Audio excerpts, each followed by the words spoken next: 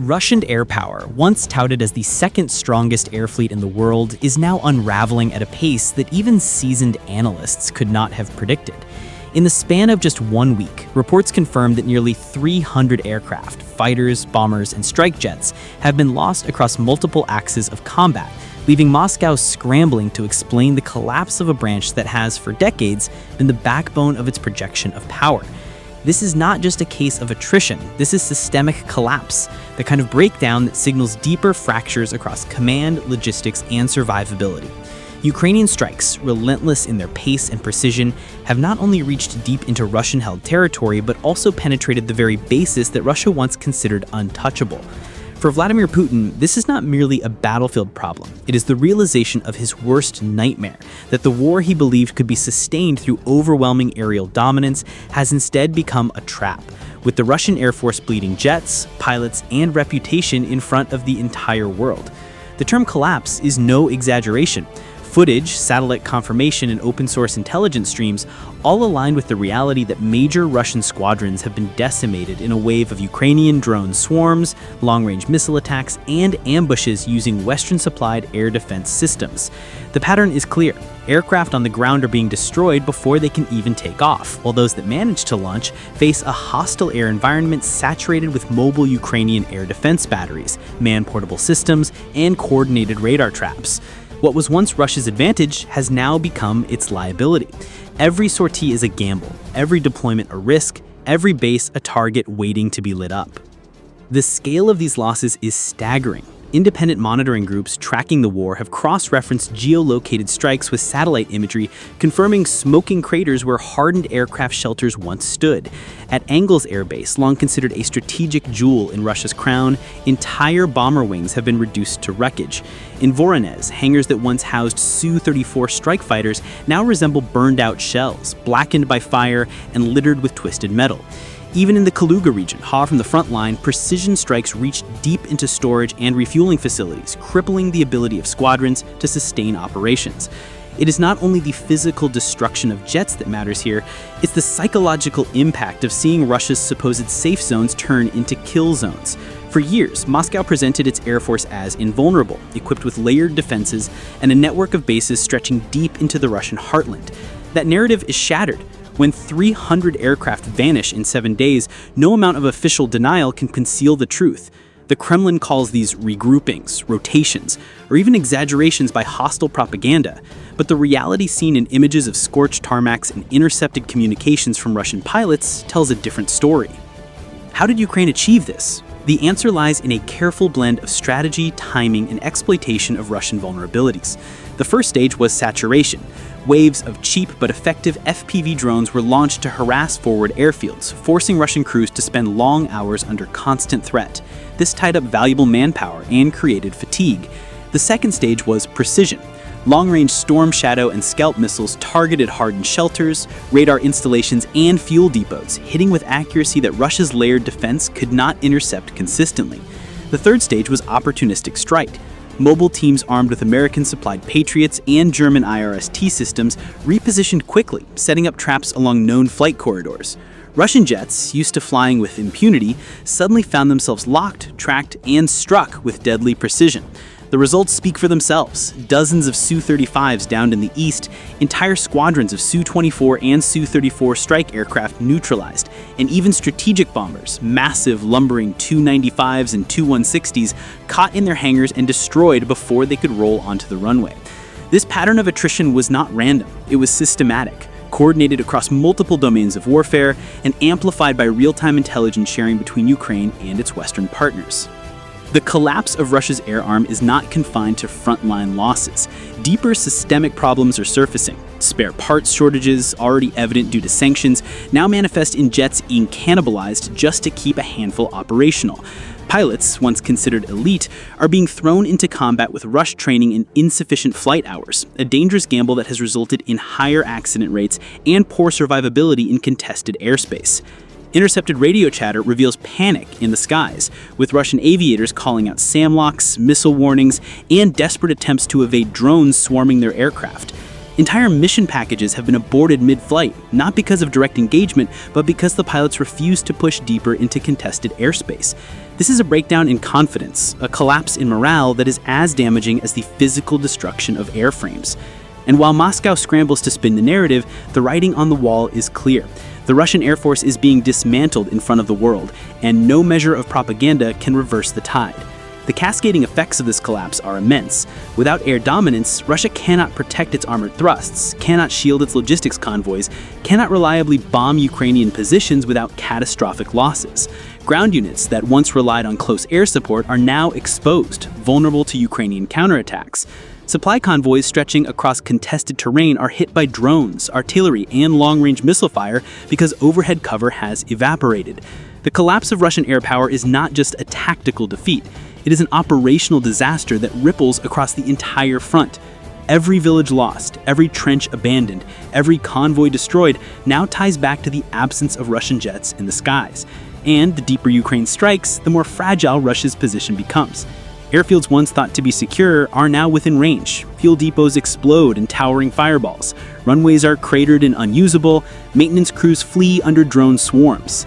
This is what collapse looks like, and it is happening in real time. The shock inside Russia's command structure is visible in the speed with which narratives have shifted. Just months ago, Kremlin officials promised that advanced fighters like the Su-57 would dominate the skies and reverse Ukraine's momentum. Now, those same officials avoid mentioning numbers at all, hiding behind vague statements about repositioning and tactical regroupings. Yet even the state-controlled media cannot ignore the images flooding the internet. Burning wrecks in open fields, destroyed hangars, smoke plumes stretching into the sky. For a public fed endless propaganda about the superiority of Russian aerospace power, the contrast between words and reality is devastating. Soldiers at the front, once reassured by the roar of jets above, now fight under silent skies, aware that their supposed shield has been stripped away. And in that silence, Ukrainian artillery, drones, and missile units operate with greater freedom than ever before. This breakdown is not theoretical. It is felt in every trench, every convoy, every command post where the absence of Russian jets is a daily, lethal reality. The collapse of 300 jets in just 7 days is not simply a figure. It is an unraveling of Moscow's long-term military calculus. Russia built its war doctrine around overwhelming firepower from the air. Its ground tactics depended on suppression by bombers and cover by fighters.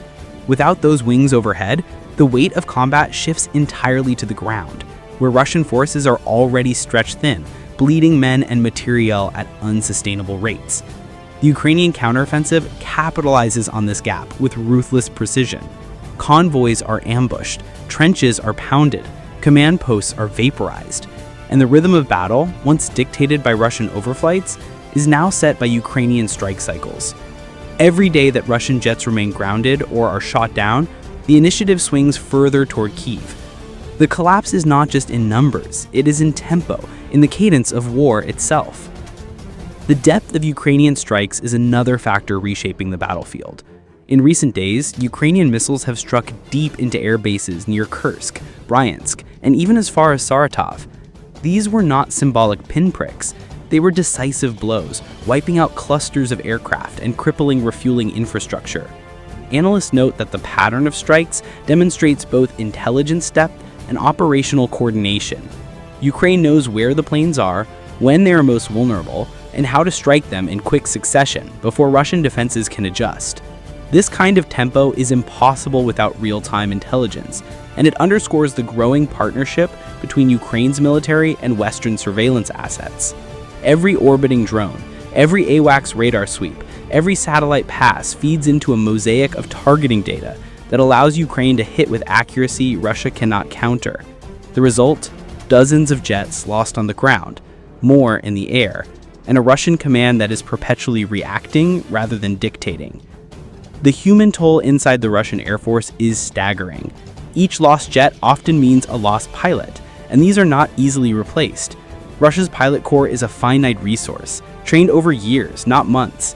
Losing hundreds of aircraft also means losing hundreds of highly skilled aviators, many of whom represented the most experienced cadre of the Air Force. Replacement pilots are rushed through crash courses, handed aircraft with minimal hours of flight training, and thrown into contested skies where survival is unlikely. This cycle accelerates collapse. Poorly trained pilots make mistakes. Mistakes lead to more losses, and the downward spiral continues. Reports from captured Russian airmen reveal deep frustration, exhaustion, and a growing sense of betrayal. They speak of missions launched without proper planning, jets sent into zones already compromised by Ukrainian air defense, and commanders more concerned with political optics than survival. The word collapse here is not an exaggeration. It is the lived reality of those ordered into the skies with dwindling chances of return. The ripple effect is now unmistakable across the front. Ground commanders who once relied on air support for offensives have been forced to scale back operations. Tanks advance without cover, infantry pushes stall without overhead suppression, convoys reroute under constant threat. Ukrainian commanders, meanwhile, exploit the vacuum by pressing deeper into contested areas, aware that Russian forces lack the aerial shield that once blunted their advances. This shift in the balance of power is not temporary. The loss of 300 jets in 1 week is not something that can be easily repaired. Factories cannot replace them at the same rate, pilots cannot be trained in months, and logistical chains cannot be rebuilt overnight. What collapsed in 1 week will take years, perhaps decades, to rebuild. And in the crucible of this war, time is a resource Russia does not have. The symbolic impact of these losses is perhaps even greater than the tactical ones. For decades, Russia paraded its air force as a symbol of modern military might. Air shows dazzled crowds with precision maneuvers. Fighter jets streaked across Red Square in tight formations. Bombers roared overhead as proof of strategic dominance. Now those same jets are nothing more than wreckage scattered across airfields and forests. The propaganda images of power have been replaced by images of failure. For Putin, this collapse strikes at the heart of his narrative of strength. The world watches not a great air armada, but the hollowing out of a force once thought formidable. Allies who once considered Russia a military counterbalance now reconsider its true capacity. Enemies who once feared Russian air power now see it as vulnerable, penetrable, and ultimately unsustainable. This shift in perception is as dangerous for Moscow as the physical losses themselves. The destruction of Russia's air fleet is also exposing fractures in its industrial base. Sanctions have cut off access to key avionics, microchips, and precision components that modern aircraft require to function at peak performance. What remains of Russia's aerospace industry has been reduced to patchwork repairs, cannibalizing parts from damaged aircraft to keep a few airframes operational.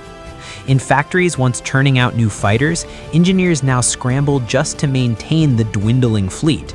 This bottleneck is unsustainable.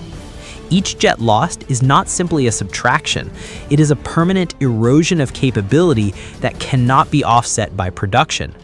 While Moscow parades prototypes of advanced aircraft like the Su-57, the reality is that only a handful are combat-ready, and even these few are kept away from the front line for fear of catastrophic losses that would obliterate the illusion of technological superiority.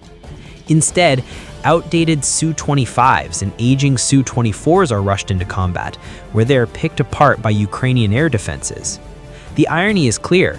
In an attempt to protect its prestige projects, Russia is sacrificing older models, but in doing so, it accelerates the collapse of its air fleet by feeding Ukraine a steady stream of vulnerable targets. Ukraine, by contrast, has mastered the art of economy of force in the air domain. With far fewer jets of its own, Kyiv has chosen not to contest Russian air power plane for plane, but to dismantle it through asymmetric pressure.